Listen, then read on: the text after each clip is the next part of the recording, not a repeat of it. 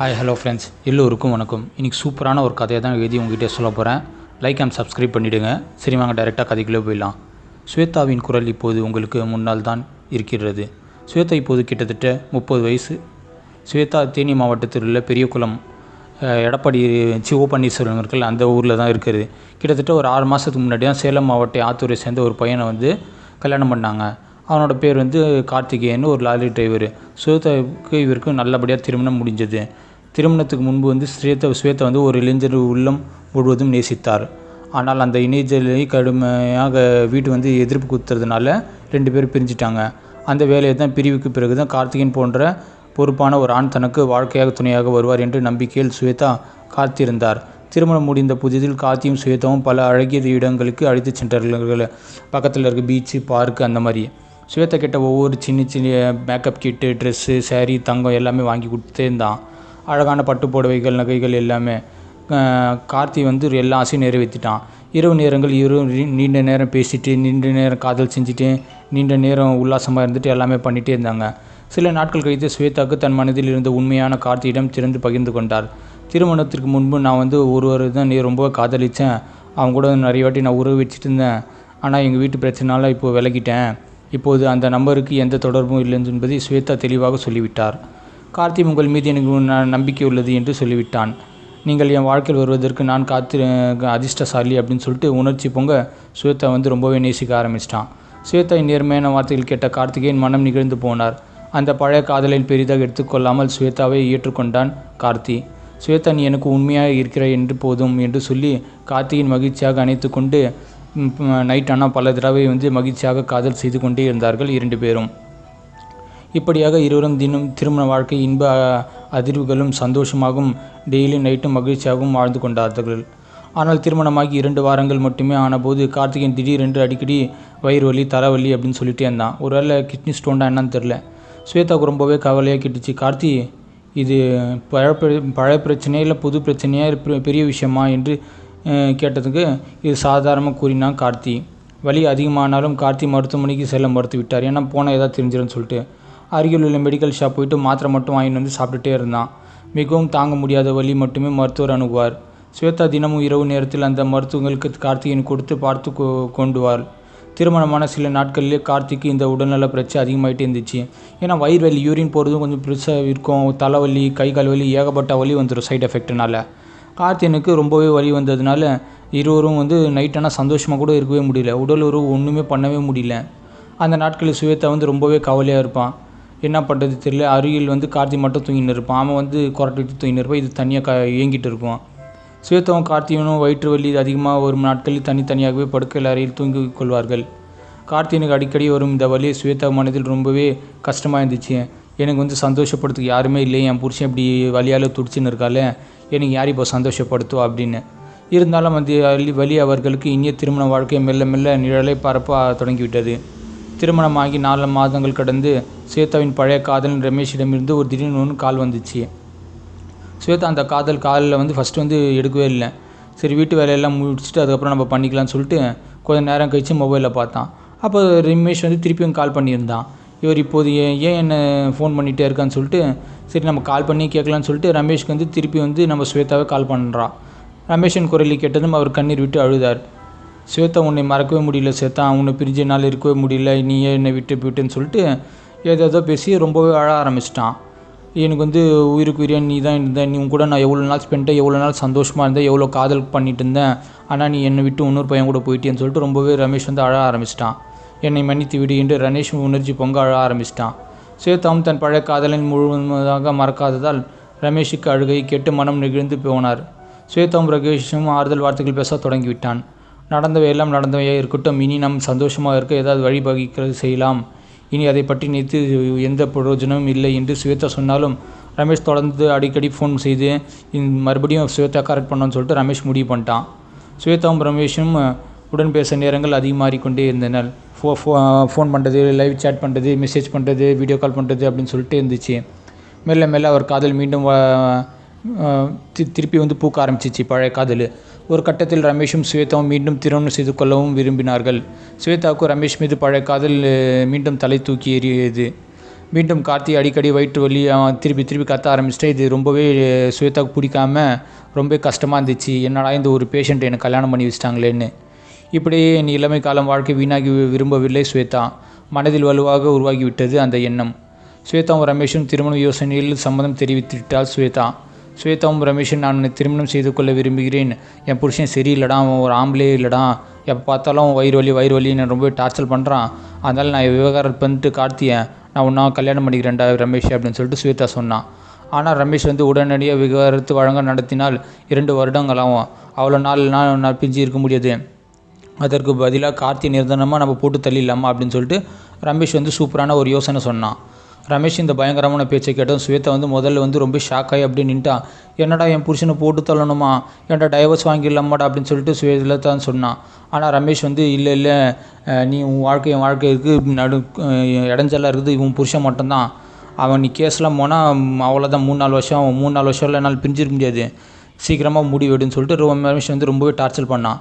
அதன் பிறகு ஸ்வேதாவும் ரமேஷும் தினமும் இரவு நேரங்கள் ஃபோனில் பேசி லைவ் சாட்டு வீடியோ கால் எல்லாமே சரி போட்டு தள்ளலாம் எப்படி சொல்கிறது எல்லாமே திட்டிகிட்டே இருந்தாங்க.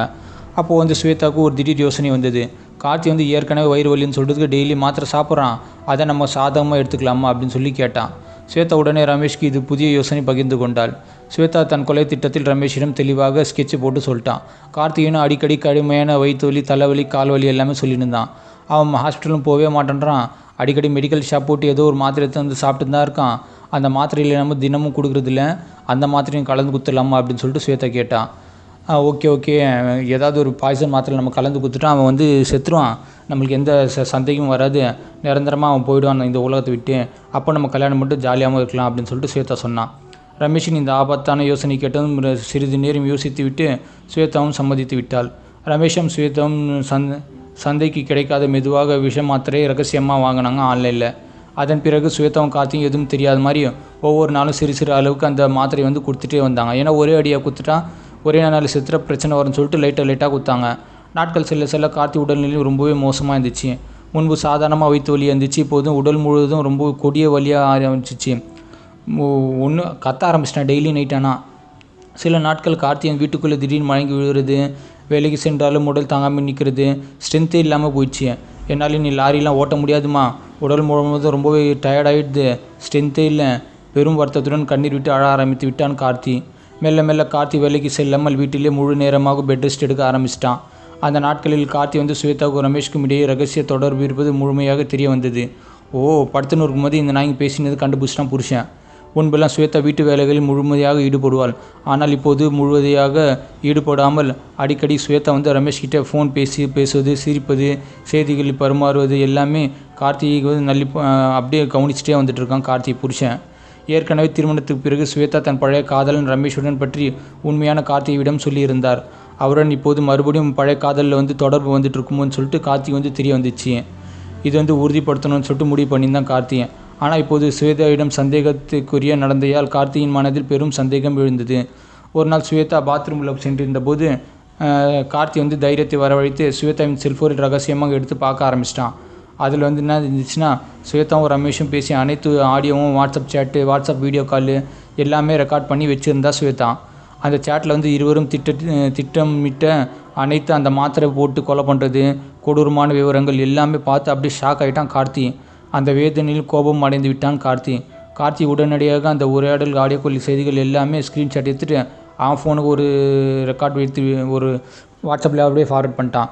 பிறகு உடனடியாக தேனி மாவட்டத்திலேருந்து அங்கே காவல் நிலையம் இருக்குது, அங்கே ஸ்வேதா பற்றி எல்லாத்தையும் சொல்லி கொடுத்துட்டான். ஸ்வேதாவும் ரமேஷ் 2 பேரும் சேர்ந்து என்னை போட்டு தள்ள முடிவு பண்ணிட்டாங்க சார் அப்படின்னு சொல்லிட்டு அங்கே இருக்க எஸ்ஐ கிட்டே சொல்லிட்டான். ஸ்வேதாவும் ரமேஷ் கிட்டே கேட்டாங்க. போஸ்ட்மார்ட்டம் ரிப்போர்ட்டில் டேப்லெட் சாப்பிட்டதா தெரிய வந்துச்சு. ரமேஷும் உடனே பதில் அளித்தார். எது வந்தாலும் சாதாரணமாக மருந்தில் மேல் போட்டு விடலாம் என்று சந்தேகம் வராது என்று சொன்னாங்க. ஸ்வேதா தொடர்ந்து ரமேஷ் ஃபோனில் பேசினார். இப்போது தான் எல்லா இடங்களிலும் காதலை கொலை செய்கிறது ரொம்ப நார்மலாக போயிடுச்சுறான், விஷயம் கொடுத்து கொள்வது நார்மலாக போயிடுச்சு அப்படின்னு சொல்லிட்டு 2 பேரும் ஜாலியாக பேசிகிட்டு இருந்தாங்க. அதனால் நம்முடைய இந்த திட்டத்தை போலீஸார் எளிதில் சந்தேகிக்க விசாரிக்கக்கூடாது, மிகவும் கவனமாக கையாண்ட வேண்டும் என்று ஸ்வேதா கவலையுடன் சொன்னார். ரமேஷ் உடனே ஆமாம் ஸ்வேதா, நானும் இந்த செய்தியை பார்த்தேன், சற்று பயமாக தான் இருக்கிறது, ஆனால் என்ன பண்ணுறது, நம்ம 2 பேர் நடுவில் இடையூறாக இருக்குது, உன் புருஷன் மட்டும்தான், அவன் புருஷன் இருந்தால் இதெல்லாம் நம்மளுக்கு பிரச்சனை இருக்காது, 2 பேரும் நீனா நைட் ஆனால் சந்தோஷமாக காதல் பண்ண முடியாது, அவனை எப்படியாவது தீர்த்து கட்டிடலாம் அப்படின்னு சொல்லி தான் ரமேஷ் சொல்லிட்டு இருந்தான். ஸ்வேதா மேலும் சொன்னார், நேற்று அந்த மருந்து சாப்பிட்ட பிறகு கார்த்தி வந்து தலை சுற்றி விழுந்துட்டாரா, மயக்கம் போட்டு. எனக்கு என்ன பண்ணுறது தெரில, ஆனால் முழுசும் மயக்கம் போடல, கண் வந்து லைட்டாக திறந்து தான் இருந்துச்சு. ரமேஷ் உறுதியான குரலில் பதில் சொன்னார். ஸ்வேதா, நீ தொடர்ந்து டெய்லி இந்த மாத்திரை கொடுத்துட்டே இரு, தினசரி வந்து அரை மாத்திரை 1 மாத்திரை கொடு. நாடளவில் அவன் உடம்பு வந்து லைட்டாக கிட்னி ஃபெயிலரு, லங்ஸ் ஃபெயிலரு, மூச்சு விடுறது, ஹார்ட் ப்ராப்ளம் எல்லாமே வந்து லைட்டாக ஒரு பார்ட்ஸாக கெட்டு போய் அவன் செத்துருவான் அப்படின்னு சொல்லிட்டு ரமேஷ் சொன்னான். அவர் இந்த உலகத்தை விட்டு போகட்டும், பிறகு நம்ம சுதந்திரமாக சந்தோஷமாக இருக்கலாம் என்று ரமேஷ் இந்த கொடூரமான யோசனையும் சொன்னான். இந்த முழு உரையாடலும் கார்த்தி வந்து ஸ்வேதாம் செல்போனில் படித்த அதிர்ச்சியில் உறைந்து போனான் நமது கதாநாயகன் ரமேஷ். அந்த ஆடியோ பதிவுகள் மற்றும் வாட்ஸ்அப் சேட்டுகள் அனைத்தும் ஆதார்களும் கார்த்தி போலீசாரையும் ஒப்படைத்து விட்டான். ஆனால் போலீசார் ஸ்வேதா மற்றும் ரமேஷ் மீது உடனடியாக கடுமையான நடவடிக்கை எடுக்காமல் தாமதம் செய்து கொண்டே இருந்தார்கள்.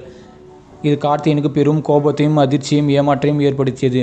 தன் மீது ஸ்வேதா மீதும் ஆத்திரத்தில் இருந்த கார்த்தி வேறு வழி இல்லாமல் முழு உண்மையும் ஒரு வீடியோவில் பதிவு செய்துவிட்டு ஒரு வீடியோ காலில் கார்த்தி உணர்ச்சி பெருமிக்க பேச ஆரம்பித்து விட்டான். நான் வந்து தேனி மாவட்டத்தில் இருக்கேங்க, சின்ன கிராமத்தில் தான் இருக்கேன், எனக்கு ஸ்வேதான்ற பொண்டாட்டி இருக்குது, ஆனால் ஒரு 4-5 மாதத்துக்கு முன்னாடி தான் கல்யாணம் நடந்துச்சு. நான் கொஞ்சம் சந்தோஷப்படுத்தினேன், ஆனால் முழு திருப்தி என்னால் கொடுக்க முடியல, எனக்கு கொஞ்சம் உடம்பு சரியாமல் போயிடுச்சு. நான் என் அன்பை என் பொண்டாட்டி பார்த்துப்பான்னு நினச்சேன், ஆனால் என் பொண்டாட்டி என்னை பார்த்துக்கல. அவள் பார்த்த பழைய கள்ளக்காதல் கூட இப்போது தொடர்பில் இருக்குது. அவன் பேர் வந்து ரமேஷ். ரொம்பவே அவள் காதலிச்சு இப்போது என்ன காதலிக்க மாட்டேன்றான். திருமணத்துக்கு பிறகும் ஸ்வேதா வந்து பழைய காதலை தேடி தான் போயிருக்கா. நான் என்ன பண்ணுன்னு தெரில, எனக்கு அடிக்கடி வயிற்று வலி வந்துச்சு. அதை வந்து அவங்க 2 பேரும் சாதகமாக பயன்படுத்தி என்னை மெதுவாக சின்ன ஏதோ ஒரு மாத்திரை கொடுத்துட்டு என்னை விஷ மாத்திரை கொடுத்து என்னை வந்து கொல்றதுக்கு 2 பேர் திட்டம் தீட்டியிருந்தாங்க. அவர்கள் பேசிய உரையாடல்கள் எல்லாத்தையும் என்கிட்ட இருக்குது, ஃபோட்டோ வீடியோ எல்லாமே இருக்குது. நான் எல்லாத்தையும் எடுத்துன்னு போயிட்டு பக்கத்தில் இருக்க தேனி போலீஸ் ஸ்டேஷன் எல்லாத்தையும் நான் போய் கொடுத்தேன். ஆனால் போலீஸ் ஸ்டேஷனில் வந்து எந்த நடவடிக்கை எடுக்கவே இல்லை. என் உயிருக்கு வந்து ரொம்ப ஆபத்தாக இருக்குது. அதனால தான் இந்த உண்மைகள் எல்லாமே நான் வீடியோ காலில் வந்து இந்த ஃபேஸ்புக் லைவ்லேயும் யூடியூப் லைவ்லேயும் நான் போட்டிருக்கேன். கார்த்திகின் இந்த வீடியோ வந்து ரொம்பவே சோஷியல் மீடியாவில் ரொம்பவே ஸ்பீடாக பரவிச்சு. ட்விட்டரில் பார்க்குறது அவ்வளோ லைக் வியூஸு, அதேமாதிரி யூடியூப்லேயும் அவ்வளோ வியூஸு, ஃபேஸ்புக்கில் அவ்வளோ வியூஸு. மக்கள் வந்து அப்படியே ஷாக் ஆகிட்டாங்க. ஸ்வேதாவின் வாழ்க்கையில் பெரும் புயலை உருவாக்கியது. கார்த்தியை தொடர்ந்து இந்த வீடியோவில் உணர்ச்சி பொங்க பேச ஆரம்பிச்சிட்டான். ஸ்வேதாவின் செல்ஃபோனில் நான் தற்செயலாக பார்த்துட்டேன். அவன் பாத்ரூம் போகும்போது நான் பார்த்துட்டேன். அவன் வந்து இன்னும் வந்து ரமேஷ் கூட ரகசிய காதலில் தான் இருக்கான். எனக்கு என்ன பண்ணுறதுன்னு தெரில. அந்த தொடர்பை வந்து நீடிக்க வைக்கும் வகையில் அவர்கள் இருவரும் சேர்ந்து எனக்கு மெதுவாக மாத்திரெல்லாம் கொடுத்துட்டு நான் தான் அவனுக்கு இடையூறாக இருக்கேன், என்னை போட்டு தரலான்னு சொல்லிட்டு 2 பேரும் பிளான் பண்ணிட்டாங்க. ஆனால் அதுக்கான எல்லா ஆதாரங்களும் என்கிட்ட இருக்குது. நான் உயிரோடு இருப்பானா இல்லையான்னு கூட எனக்கு தெரில. இல்லை என்று அவர்கள் என்னை விஷம் போட்டு கொள்றான்னு சொல்லிட்டு பிளான் பண்ணியிருக்காங்க. நான் என்ன பண்ணுறதுன்னு தெரில. தற்கொலை செஞ்சுக்கலாமான்னு கூட நான் முடிவு பண்ணியிருக்கேன். எனக்கு என்ன பண்ணுறதுன்னு தெரில. அந்த மருந்தில் வீரியத்தால் நான் ஏதாவது விபத்தில் சிக்கி இறந்து போனால். கார்த்தி கண்ணீர் மல்க பேசினான். ஆனால் ஸ்வேதா இப்போது அமைதியாக வீட்டில் இருக்கிறார். எதுவும் நடக்காதது போல் நடந்து கொள்கிறார். இந்த முழு விவகாரத்தையும் பற்றி நான் போலீஸிடம் புகார் அளித்திருக்கிறேன். ஆனால் போலீஸார் இதுவரை எந்த கடுமையான நடவடிக்கையும் ஸ்வேதாவையும் அவர் கள்ளக்காதலன் ரமேஷ் மீதும் எடுக்கவே இல்லை. ஏன் இப்படி தாமதம் செய்கிறார் என்பது எனக்கு தெரியவே இல்லை. ஒருவேளை ரமேஷ் வந்து போலீஸ்க்கு காசு கொடுத்துட்டு ரெடி பண்ணிட்டானா என்னன்னு தெரில. போலீஸார் விசாரணை வந்து தீவிரப்படுத்தணும், விரைந்து முடிக்க வேண்டும் என்று நான் வந்து வழக்கு தொடரலான்னு முடிவு பண்ணியிருக்கேன் அப்படின்னு சொல்லிட்டு எல்லாத்தையும் கார்த்தின்னு சொல்லிகிட்டே இருக்கான். கார்த்தி மேலும் சொன்னால், இன்று வந்து எத்தனையோ இடங்களில் தகாத உறவுகளால் கணவர் மனைவி திட்டமிட்டு போட்டு தள்ளின்னு இருக்காங்க. சிலர் கூலிப்படை வச்சு கூட 10 லட்சம் 20 லட்சம் வச்சு கூட போட்டு தள்ளின்னு இருக்காங்க. ஆனால் கார்த்தி விஷயத்தில் வந்து ஸ்வேதா திட்டத்தை முன்கூட்டியே அறிந்து கொண்டால் நம்மளோட கதாநாயகன் கார்த்தி தன் உயிரை தற்காத்து கொண்டதுக்காக தான் நான் இந்த வீடியோவை பகிர்ந்து எல்லா சோஷியல் மீடியாவிலும் போடுறேன். அவர் சுதாரித்து கொண்டதால் இன்று நான் உயிரோடு நிற்கிறேன். ஒருவேளை நானும் இது கவனிக்காமல் இருந்தால் சத்தியமாக எந்நேரம் நானும் செத்துட்ருப்பேன். ஏன்னா அவ்வளோ பெயின்ஃபுல்லாக இருக்குது அந்த மாத்திரை எல்லாத்தையும். என் பொண்டாட்டி எனக்கு இப்படி துரோகம் பண்ணணும்னு சொல்லிட்டு நான் கனவுகளோடு நினைக்கவே இல்லை. நண்பர்களே, இதில் வந்து நான் உங்களுக்கு வந்து ஒரு சின்ன ஒரு கருத்து மட்டும் சொல்லலான்னு முடிவு பண்ணியிருக்கேன். இந்த சம்பவம் குறித்து உங்களுடைய கருத்துக்கள் என்ன நீங்களே சொல்லுங்கள். இது வந்து போலீஸ் மேலே தப்பா, என் பொண்டாட்டி மேலே தப்பா, என் மேலே தப்பா நீங்களே சொல்லுங்கள். ஸ்வேதா போன்றவர்கள் என்னை தண்டனை கொடுக்க வேண்டும் என்று நீங்களே சொல்லுங்கள். கீழே உள்ள கமெண்ட் பாக்ஸில் என்னென்ன உங்கள் கருத்து இருக்கோ தயவுசெய்து சொல்லுங்கள். அந்த கருத்தை வச்சு நெக்ஸ்ட் வீடியோ நான் ரெடி பண்ணும்போது உங்கள் கருத்தை பேஸ் பண்ணி நான் இன்னொரு வீடியோ ரெடி பண்ணலான்னு இருக்கேன். இந்த வீடியோ உங்களுக்கு பிடித்திருந்தால் தயவுசெய்து முடிந்தவரை உங்கள் நண்பர்கள், உங்கள் friends, family, WhatsApp, Facebook, Twitter எல்லாத்தையும் ஷேர் பண்ணுங்கள்.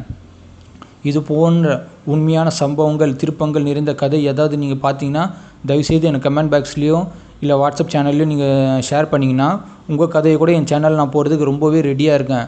அது வந்து உங்ககிட்ட தான் இருக்குது. தயவுசெய்து புதுசாக நம்ம சேனல் பார்க்குறது தயவுசெய்து எனக்கு முழு ஆதரவு கொடுங்க நண்பர்களே. ஏன்னா ஒரு வீடியோ நான் ரொம்ப கஷ்டப்பட்டு டே நைட்டு உழைச்சி ஒரு வீடியோ போடுறேன். ஆனால் நிறைய பேர் லைக்கும் பண்ண மாட்டேறீங்க, சப்ஸ்கிரைபும் பண்ண மாட்டேறீங்க. சப்ஸ்கிரைப் பண்ணிட்டு பாருங்கள் நண்பர்களே. ஃபேமிலி கூட ஷேர் பண்ணுங்கள். நன்றி, வணக்கம்.